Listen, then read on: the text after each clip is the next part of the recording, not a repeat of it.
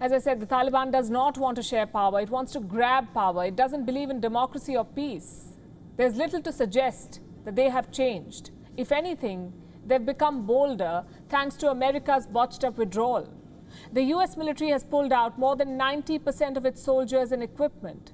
The Afghan forces they trained for 2 decades are proving to be no match for the terrorists. And the weapons that were supposed to protect Afghanistan are falling into the hands of the Taliban. The crisis is dire, and a lot of it is of America's making. Our next report tells you how the United States has left Afghanistan to its fate.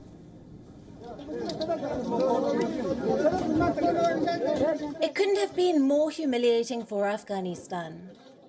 Government forces are collapsing. They are surrendering their military gear to the Taliban, giving up weapons and bases without a fight. Humvees left behind by the American military for the Afghan forces are now in the hands of the Taliban.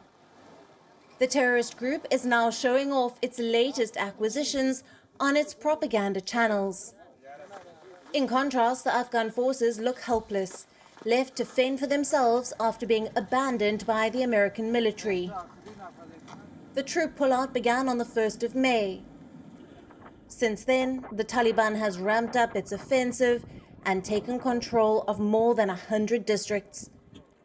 There's nothing stopping them. The US military is leaving from its bases quietly. Last week, the Americans cleared out of the Bagram air base in the dead of the night without informing the Afghanistan government. Why? The US military is now worried about its own security. So it's not sharing when and how its soldiers will leave. The new commander of the Bagram base told WION how the Americans exited.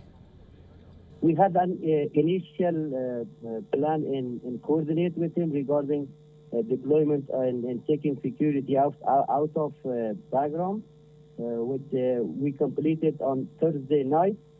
But when the Friday morning, when we heard about that the U.S. troop left the Bagram, we were not aware about that. And I think this is because of the safe departure. I think they didn't inform us for their safety, and they took their safety or security measurement. After turning Afghanistan into a war laboratory, the Americans are leaving quietly. Even President Biden doesn't want to discuss the withdrawal.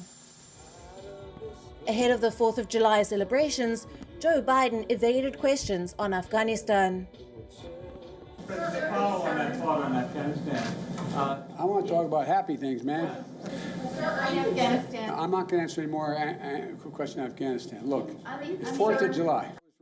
The US president didn't have a lot to say in that press conference because America doesn't have much to show for the 20 years it spent in Afghanistan. Death, devastation, and a country torn by war, tottering when faced with the Taliban. General Austin Miller, the commander of the US forces in Afghanistan, believes the country is now on the path to civil war. He says this situation should concern the world. Afghan forces are not up to the task. 20 years of American training hasn't helped them. In the battleground, they have suffered heavy casualties. Now soldiers are surrendering. Last month, a Taliban commander was seen handing out cash to Afghan soldiers, $60 in local currency for each soldier to go home. This is what the Americans have achieved after having spent $1,000 billion in their so-called war on terror. They've delivered another failed state. The hasty retreat is only making matters worse.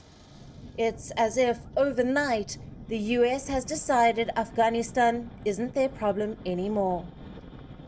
They certainly helped creating it, and the problem won't solve itself. In the rush to end its longest war, the United States has pushed Afghanistan into another war. Bureau Report, WION, World is One.